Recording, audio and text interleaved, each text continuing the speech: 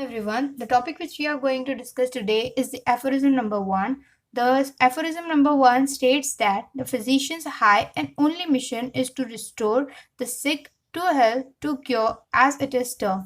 Now, the meaning of a physician is the person who practices the healing art or a medical practice is commonly called as a doctor. Now the meaning of the high. The meaning of high is the only priority of the physician is to treat a patient or a well-being of the patient. The physician has two roles to play in patient's life, that is to cure the disease or to prevent the disease and preserve the health of the individual or a community of the community. Now the word meaning of only is the first and foremost or the prime or aim of the physician is to cure the disease. Physician का main जो M होना चाहिए, एक ही एक M जो होना चाहिए physician का, वो है टू फर्स्ट एंड फोरमोस्ट और the for the well being और the cure of the disease. Now the word meaning of mission. Mission का मतलब होता है टास्क और a goal assigned to a group of people और इंडिविजुअल पर्सन.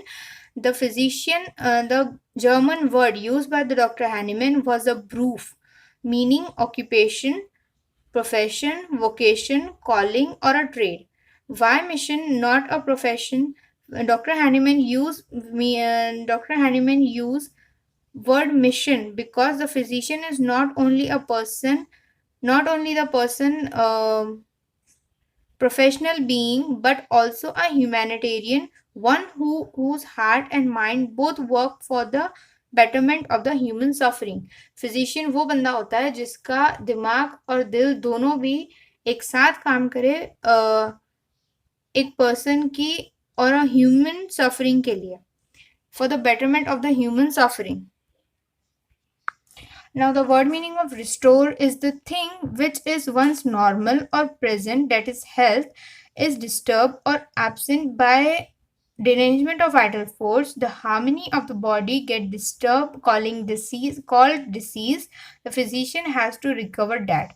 रिस्टोर का मतलब होता है कि अगर कोई चीज़ डिलीट हो गई है, हमें उसे वापस लेके आना है, उसको रिस्टोर बोलते हैं. सादी लैंग्वेज में हम इसे अपडेट भी बोलते हैं या फिर हाँ रिस्टोर बोलते हैं कि हमने कोई चीज़ डिलीट कर दी है, कोई मैसेज डिलीट कर दिया, हमको वो रिस्टोर करना है, तो हम सेटिंग में जाएंगे, वहाँ पे कुछ प्रोसेस करेंगे और उसे रिस्टोर कर लेंगे. यहाँ पे फिजिशियन भी वही प्रोसेस कर रहा है. The thing which is once normal, मतलब हेल्थ जो है वो पहले थी, अब वो due to derangement of vital force जो है वो डिरेंज हुआ और उसकी वजह से हेल्थ जो है वो सिकनेस में कन्वर्ट हो गई. तो which is disturb absent by the derangement of vital force. The harmony of the body get disturb. जो फंक्शंस पहले नॉर्मल हो रहे थे अब वो नॉर्मल नहीं हो रहे, एबनॉर्मल तरीके से हो रहे हैं. वहाँ पे कुछ पहले जैसे कि हम स्टमक एक ले लेंगे कि पहले नॉर्मल फंक्शनिंग हो रहा था, अभी वहाँ पे स्टमक एक हो रहा है. So this is the sign of any disease of GIT. Now the word meaning of sick, the person as a whole, the diseased person as a whole. sick का मतलब होता है बीमार. When the vital force is primarily or dynamically deranged, the normal functioning of the organism is disturbed. जब vital force deranged होगी तो organism के सारे फंक्शंस डिरेंज हो जाएंगे, मतलब वो डिस्टर्ब हो जाएंगे. As a result the person और a patient feels disagreeable sensations which are exfoliated outward and a material body as a perceptible sign and symptoms, the totality of which is constitute the disease. सीधा मतलब इसका यह है कि एक बीमार इंसान है जिसका जो वाइटल फोर्स है, जो कि पहले बीमार नहीं था, जिसका वाइटल फोर्स जो है वो डिरेंज हुआ, डिस्टर्ब हुआ, जिसकी वजह से उसका ऑर्गेनिज्म मतलब जो फंक्शन ऑफ ऑर्गन्स थे वो डिस्टर्ब हुए.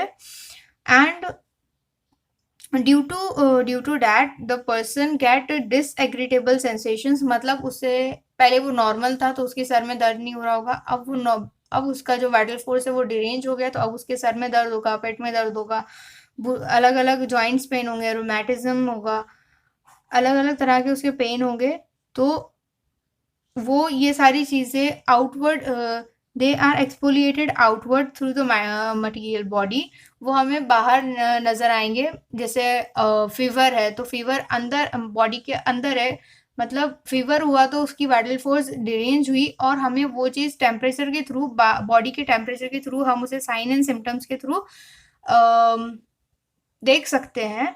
एक्सटर्नल एक्सटर्नल अपीयरेंस में हम उसे देख सकते हैं एंड उसे हम डिसीज के टोटलिटी ऑफ सिम्टम में इंक्लूड करेंगे और फिर हम उसे उस तरह की मेडिसिन दे सकेंगे। इसको बोलते sick. Now to health. The word meaning of health is the balanced state of the life characterized by the normal functioning of spiritual vital force. Health का मतलब होता है हेल्दी पर्सन, जिसको किसी तरह का कोई पेन नहीं है, किसी तरह का कोई इलनेस नहीं है, उसको बोलेंगे हेल्थ। वहाँ पे बैलेंस रहेगा बॉडी में, नॉर्मल फंक्शनिंग के बीच में और वाइटल फोर्स के बीच में। वो बैलेंस अगर बिगड़ा तो मतलब उसे डिसीज हुई, वो सिक हुआ। Now the word meaning of cure. The word meaning of cure is in homeopathy, the word meaning of cure is of two type: removal of all perceptible signs and symptoms of the disease. हम cure कब बोलेंगे? जब हमने उस इंसान में से वो सारे दर्द दुख सब निकाल लिए, मतलब उसको कोई दर्द नहीं हो रहा, उसको कोई पेन नहीं हो रहा, उसको कोई तकलीफ नहीं है, अभी वो हमने निकाल लिए, वहां से वो तकलीफें निकाल ली, मतलब वो हेल्दी हो गया, मतलब उसको क्योर हो गया। वहां से हमें वो सारे problems of science, perceptible science and symptoms of the disease, हमने वो डिसीज के सारे सिम्टम्स निकाल दिए, मतलब वो क्योर हो गया। दूसरी चीज, inhalation of the morbid derangement of the vital force. Vital force जो पहले डिरेंज हुई थी, अब वो सही वापस अपनी नॉर्मल स्टेट में आ गई, इसको बोलेंगे cure. As it is term का मतलब है as the doctor Hahnemann mention in aphorism number 1 for physicians do and don't as they are termed like that only. As it is term का मतलब है डॉक्टर हैनीमैन ने जो हमको aphorism number 1 के अंदर बताया कि फिजिशियन ने क्या करना चाहिए, फिजिशियन का कौन सा मिशन है, फिजिशियन की क्या प्रायोरिटीज होनी चाहिए, क्योर किस तरह से होना चाहिए, ये सारी चीज़ें जैसे हमको डॉक्टर हैनीमैन ने दिए, जैसे हमको डॉक्टर हैनीमैन ने एफोरिज्म नंबर 1 में बताया, वैसे ही हमको वो सारी चीज़ें फॉलो करनी है। इसका मतलब है एज इट इज टर्म। ये था हमारा एफोरिज्म नंबर 1।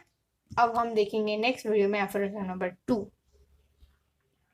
फॉर दैट अगर आप ये वाली बुक्स फॉलो करते हैं सो आपके लिए बेहतर होगा, क्योंकि ऑर्गेनॉन ऑफ मेडिसिन एडिशन 6 के अंदर सारे एफोरिज्म्स दिए हुए हैं और a treatise of the organon of medicine, इसमें एफोरिज्म्स का एक्सप्लेनेशन दिया हुआ है पार्ट 1 में।